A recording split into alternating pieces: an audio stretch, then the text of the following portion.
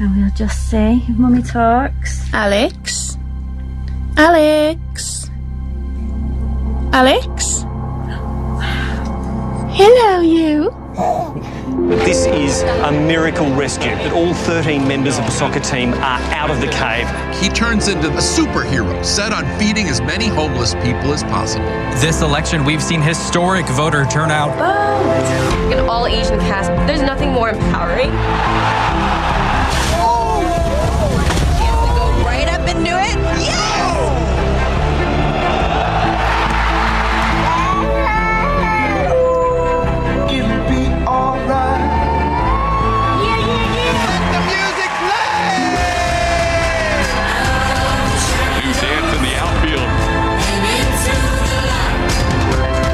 Will you marry me? Laura! You're in Laurel too? I was saying the word Yanni. And however difficult life may seem, while there's life, there is hope. Kids have the dream, they just want to know that someone cares. We got love for you. It's only right. We got to stay together.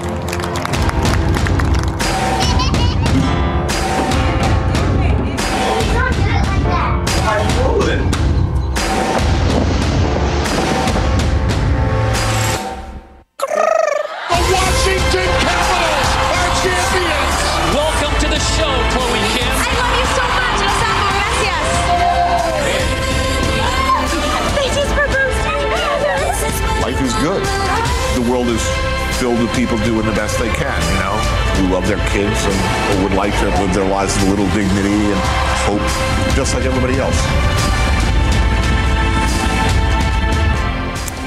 Well, it's almost the end of 2018 and South Africans have been busy on the internet this year, and Google has released their most searched items for 2018 in Mzansi, and we're going to unpack them with you. So from Google, we have Michelle Atagana, who is their communications and public affairs head here in South Africa. And Leanne and I have decided we both want to talk about this. So we're going to double team here on Michelle. Michelle, thanks for coming. Thank you so much. I feel I should have brought more people. You should have. Just so we can match it out. A bigger team, I think. Yeah, just bring a bigger team. You at Google don't need to bring a bigger team. I mean, the world is Google. That is my team. The whole world is my team. This video, it just sort of, you know, we were sitting here and we were going, did that happen this year? Are you joking? Was that this year? This is only the time when we sit back and we realize how much happened this year. Absolutely. How do you compile the list? I mean, how would you look at what are the most searched things on Google? So this list is our trending list for the year. So just the same way you have, you know, your trends on Twitter,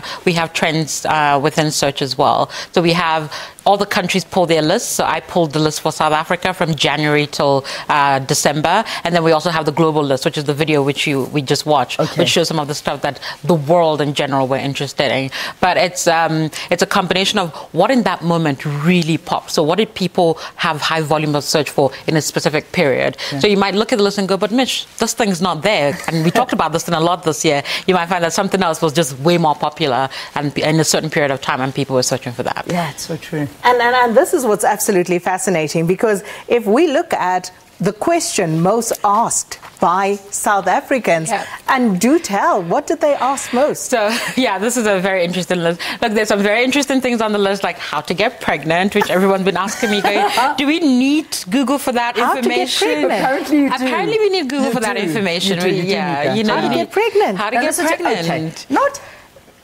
how you not get how pregnant. maybe like the process, you know. When is the right time? Exactly. Maybe it's more the process.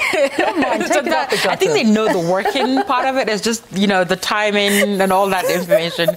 But we also had serious things like what is listeriosis, which was a huge issue for South Africa this year. People also asked what happened to WHP, which is a sad moment for the music industry in South Africa, and global citizen tickets. People wanted to know how much, if they could buy tickets as well, because you had to earn tickets for that.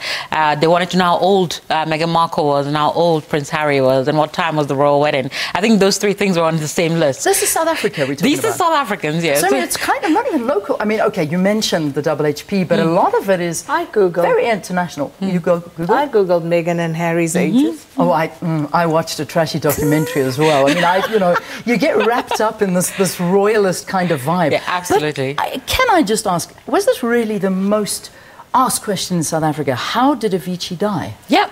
That was the most asked question. Absolutely. Because when you think about it, when Avicii died, most people didn't even know who Avicii was at the time. So Avicii, as a person, was searched a lot, I think, globally. And then people go, but what happened to him, this Avicii person? So you find some of the times it's things that people are not actually aware of, or people they're not aware about, and they want to know, okay, if the whole world is talking about this person, what happened to them? Who are they?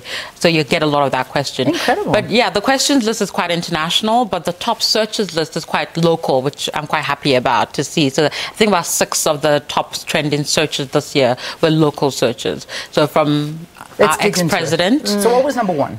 I think number 1 was World Cup fixtures. So people wanted to know what time the games were on. Yeah. Even though South Africa wasn't playing, so I really like that we still wanted to watch it. So that's nice. Yeah. And then we had Zuma on the list.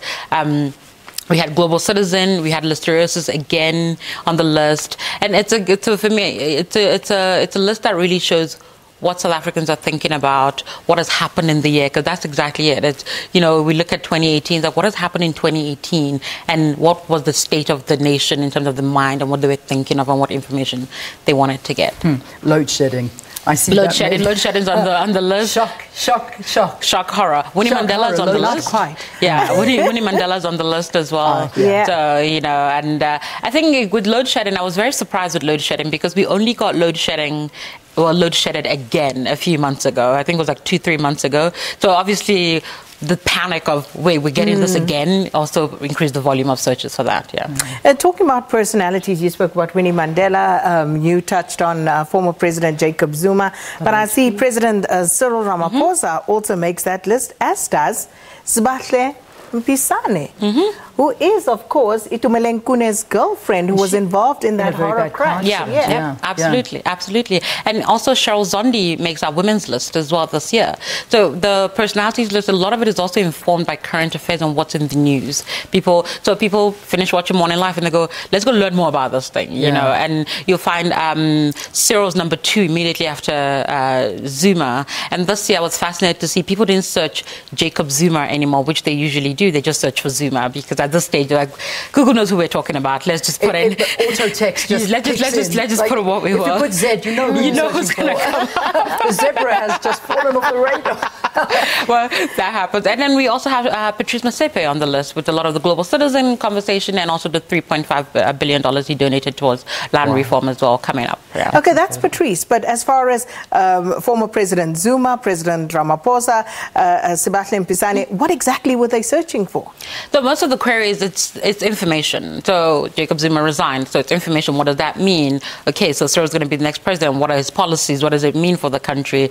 They want to see what the latest updates on the accident. How is she doing? If you look at someone like Patrice, it's around Global Citizen. I think for most people, this is the first time they probably heard about the Motsepe Foundation because of Global Citizen. Yeah. So they're also learning more. So a lot of it is more information getting. Yeah, this information that you get. I mean, I remember reading a book about data and how I can't think of the name of this book at the moment, but how invaluable it is and how Google basically owns the world's data. I mean, you know where someone is searching for something, when, what age, whether it's an illness, a disease, a news event that's about to happen, something that's about to break, the symptoms of a disease. I mean, this data that you collect, honestly, what does Google do with it? I know it's the infamous question because nothing is for free. No, Google absolutely. has email. Google has this. You are linked to everything. Yeah. So you have all this data. What is it used for?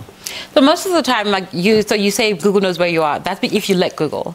So a lot of our products are opt-in. So you have to say, Google needs to know where I'm searching for to give me better search results. Because if you search for, say, restaurants to have dinner and I don't know where you are, I can't recommend places around. Yeah. So that's mostly what that data is for. So where you are, and when you sign into Google, it's between you and the server.